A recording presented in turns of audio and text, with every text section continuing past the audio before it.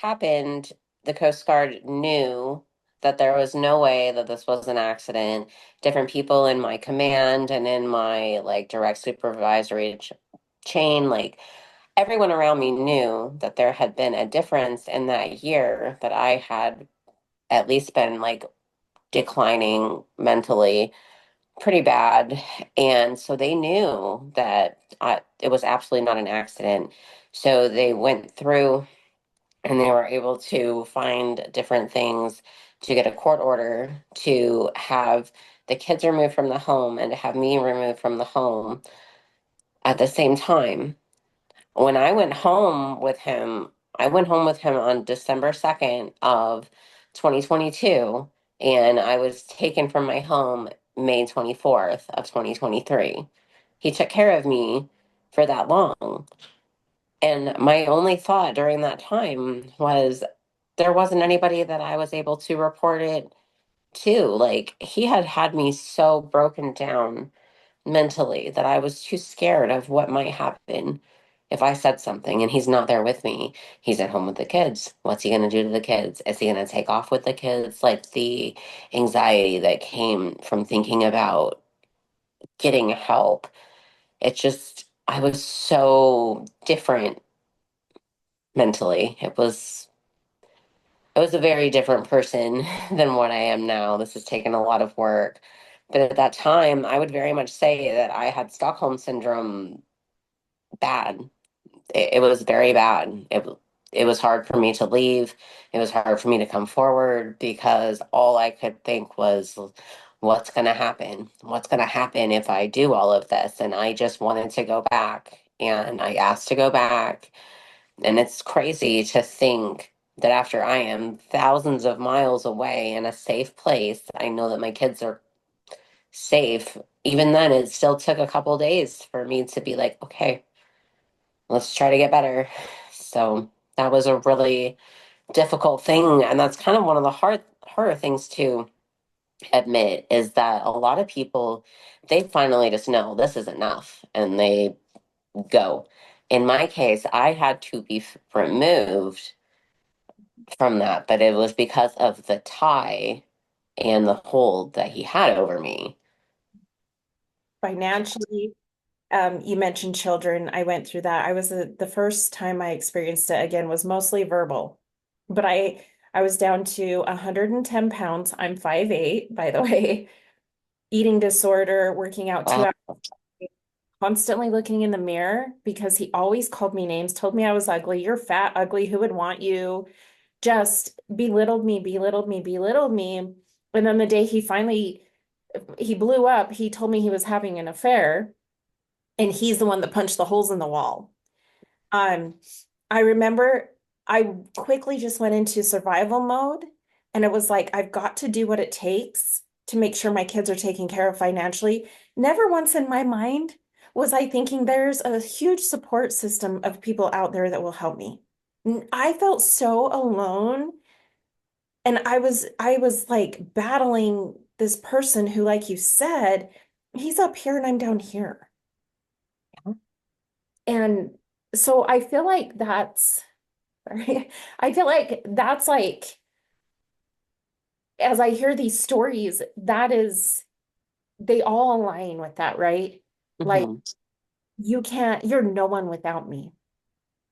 So to me, that is a number one fucking red flag, right? Yes, that is a huge red flag Heart. because it's it's just inaccurate and it's a way to make you feel as though you're not good enough and that you should be happy that they are there to deal with you. And it's like, no, that's not the case. So Yes. one thing you and I, when we had talked previously, you shared that you got married young. And I think that that also contributed to sort of my relationship. When met him, I was 22.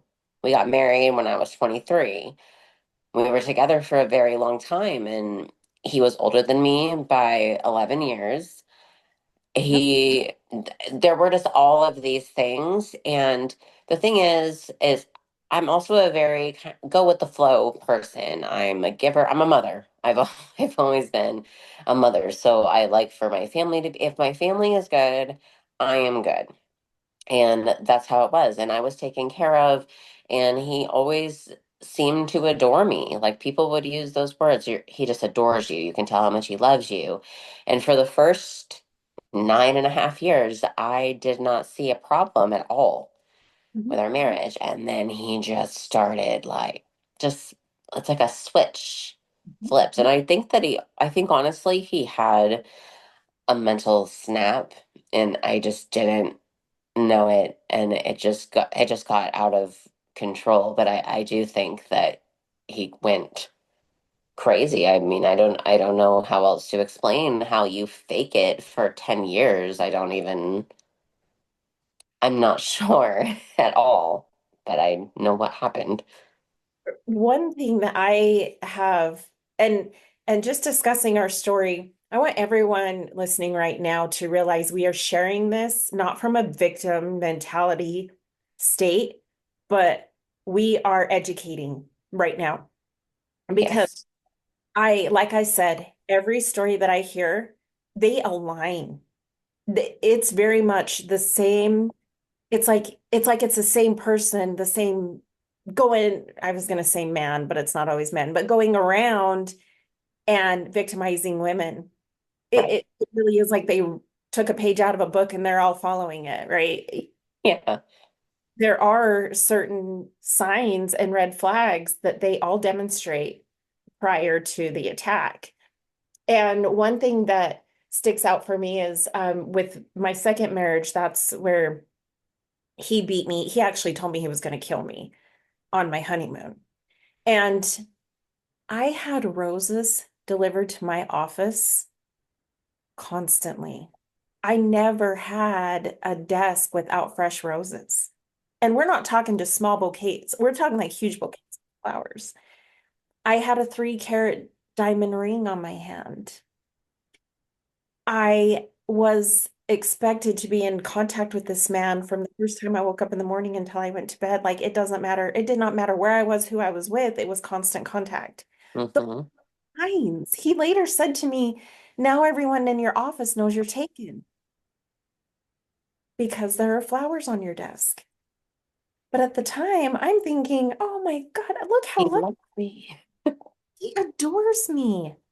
Like I have, I'm being taken on vacations to the Bahamas, and he's I had a closet the size of a bedroom, you Right.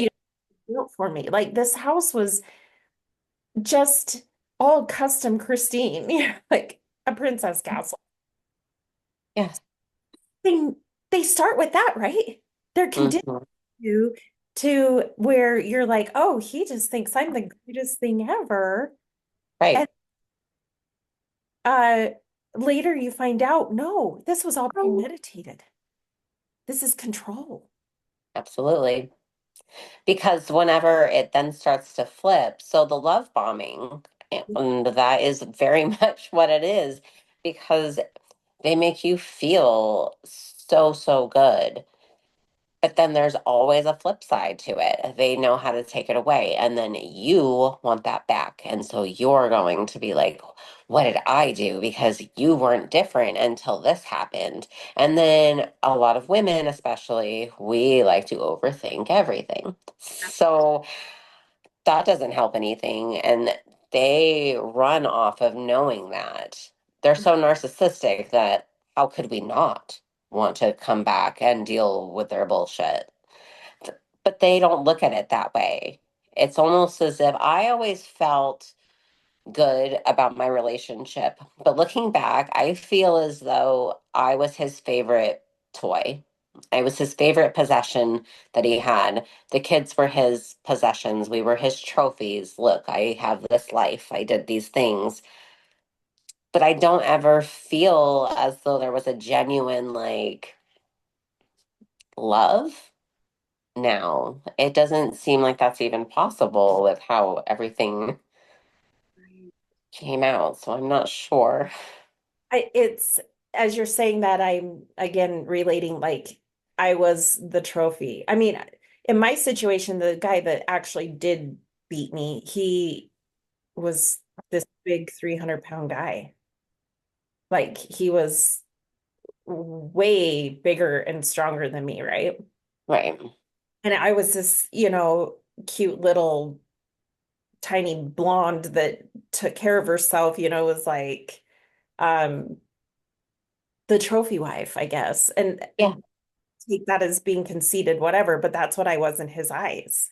Yeah. And that's how you're treated. And that's how but you're made to feel that way though. Because in the time, I think what's hard for people that have never gone through it to understand is that it is an up and down. It's like being on a boat where you're just going up and down on the waves because most of the time it's good until it's not. And then you don't know how often it's not. You don't know when it's not. You don't know how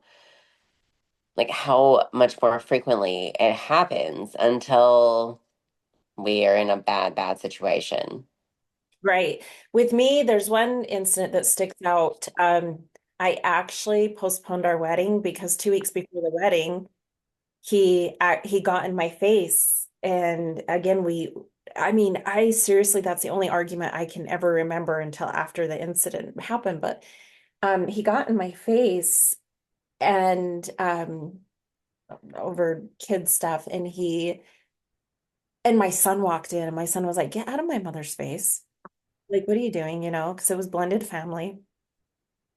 And I postponed the wedding. I was just like, I'm not. And it was, everybody, oh, it's okay. It's just stress from the wedding. And there have been times I'm just like, why did I follow through? Like, why didn't I just walk away that one time? So I will tell you now, and we're running out of time for this episode, so we're gonna have to wrap it up real quick. But I will tell you now, and I'm sure you can relate. If a guy even raises his voice, gets in my face, you're gone. Yeah. You're gone. Because that I know the next step is physical contact. And I'm One not. thing, no, and you shouldn't. I think one thing that would be a good question to ask your partner, like especially when you're in the getting to know you phase, what are you like when you're angry? That's one of my favorite questions because I feel like the answer is going to tell you a lot. Are they going to be honest with you and not give you some bullshit answer that isn't really real? We all have tempers. We all can get angry. Like, I want to know what that looks like Yeah. before it actually happens. And then it also gives them a chance to maybe like recognize some of their red flags. So it could be a conversation. And I think that that's a healthy conversation to have with somebody. And if you feel like you can't have that, then you should reevaluate the relationship you're in. I have gotten to a point where, and this is totally subconscious, where I will push and I'll test and just kind of see how do they communicate.